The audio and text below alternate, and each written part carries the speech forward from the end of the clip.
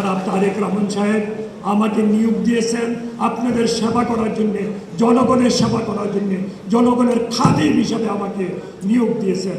মাননীয় মন্ত্রী বলে বাহাদুরি করার জন্য আমাকে নিয়োগ দেন। মাননীয় প্রধানমন্ত্রী তারেক রহমান সাহেব তো উনি তো ঘোষণাই দিয়েছেন মদিনার সনদ। জিয়া রহমান সাহেব ক্ষমতা নেওয়ার আগে বাংলাদেশের কি অবস্থা ছিল আপনারা তা জানেন। সংবিধানে বিসমিল্লাহির রহমানির রহিম লিখেছেন কে? জিয়া রহমান সাহেব। আল্লাহর প্রতি আস্থা বিশ্বাস কে লিখেছেন? জিয়া রহমান সাহেব। ওয়াইসিতে সম্পর্ক করেছেন জিয়া রহমান সাহেব। মধ্যপ্রাচ্যের সাথে সুসম্পর্ক করেছেন জিয়া রহমান সাহেব। এই সুসম্পর্ককে কন্টিনিউ করেছেন আমাদের ম্যাডাম জিয়া, আমাদের সাবেক প্রধানমন্ত্রী খালেদা জিয়া। পবিত্র রমজানে এভাবেই আপন হয়ে উঠুক সবাই ইসপির আপন করা স্বাদে। ইসপি আপন করা স্বাদ।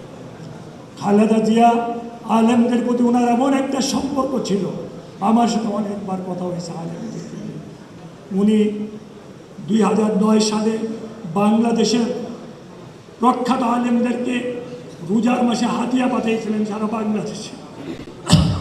নামাজের মশলা, খাজুর এবং আতর সারা বাংলাদেশের প্রখ্যাত আলেমদেরকে পাঠিয়েছিলেন।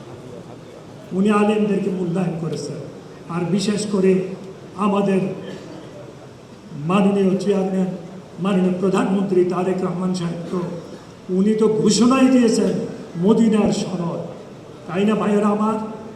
আপনাদের কাছে আমার সবিনয় অনুরোধ থাকবে তারেক রহমান সাহেবের যেতে আপনারা 2 রাকাত নফল নামাজ পড়ে আল্লাহর কাছে দোয়া করবেন, আল্লাহ পাক যেন ওনাকে হেফাজত করেন। কারণ ওনার বিরুদ্ধে ইসলামের দুশ্মনেরা প্রচুর ষড়যন্ত্র করতেছে যাতে করে উনি কোনো ভালো কাজ না করতে পারে। এই জন্য আপনাদেরকে বেশি বেশি দোয়া করতে হবে ওনার জন্য, দলের জন্যে, এবং উনি যাদেরকে নিয়ে কাজ করছেন তাদের জন্যে, দেশের জন্য আপনাদেরকে দোয়া করতে হবে।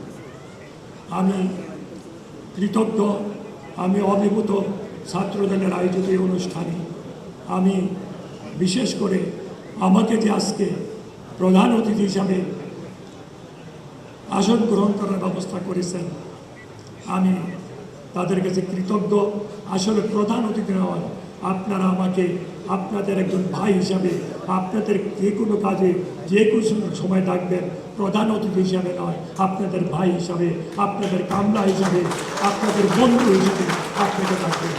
জনাব তারেক রহমান সাহেব আমাকে নিয়োগ দিয়েছেন আপনাদের সেবা করার জন্যে, জনগণের সেবা করার জন্যে, জনগণের খাদিম হিসাবে আমাকে নিয়োগ দিয়েছেন। মাননীয় মন্ত্রী বলে বাহাদুরি করার জন্য আমাকে নিয়োগ দেন। আপনারা দোয়া করবেন আমি যেন আপনাদের ভাই হিসাবে, আপনাদের একজন কামলা হিসাবে, আপনাদের একজন খাদেম হিসেবে আপনাদের খেদমত করতে পারি। আর বিশেষ করে আল্লাহর হুকুম অনুযায়ী আমাদেরকে চলতে হবে, এর সাথে কোনো কম্প্রোমাইজ নাই। তাই না ভাইয়েরা আমার? আল্লাহর হুকুম অনুযায়ী চলা ছাড়া দুনিয়াতে কোনো শান্তি আসতে পারে না।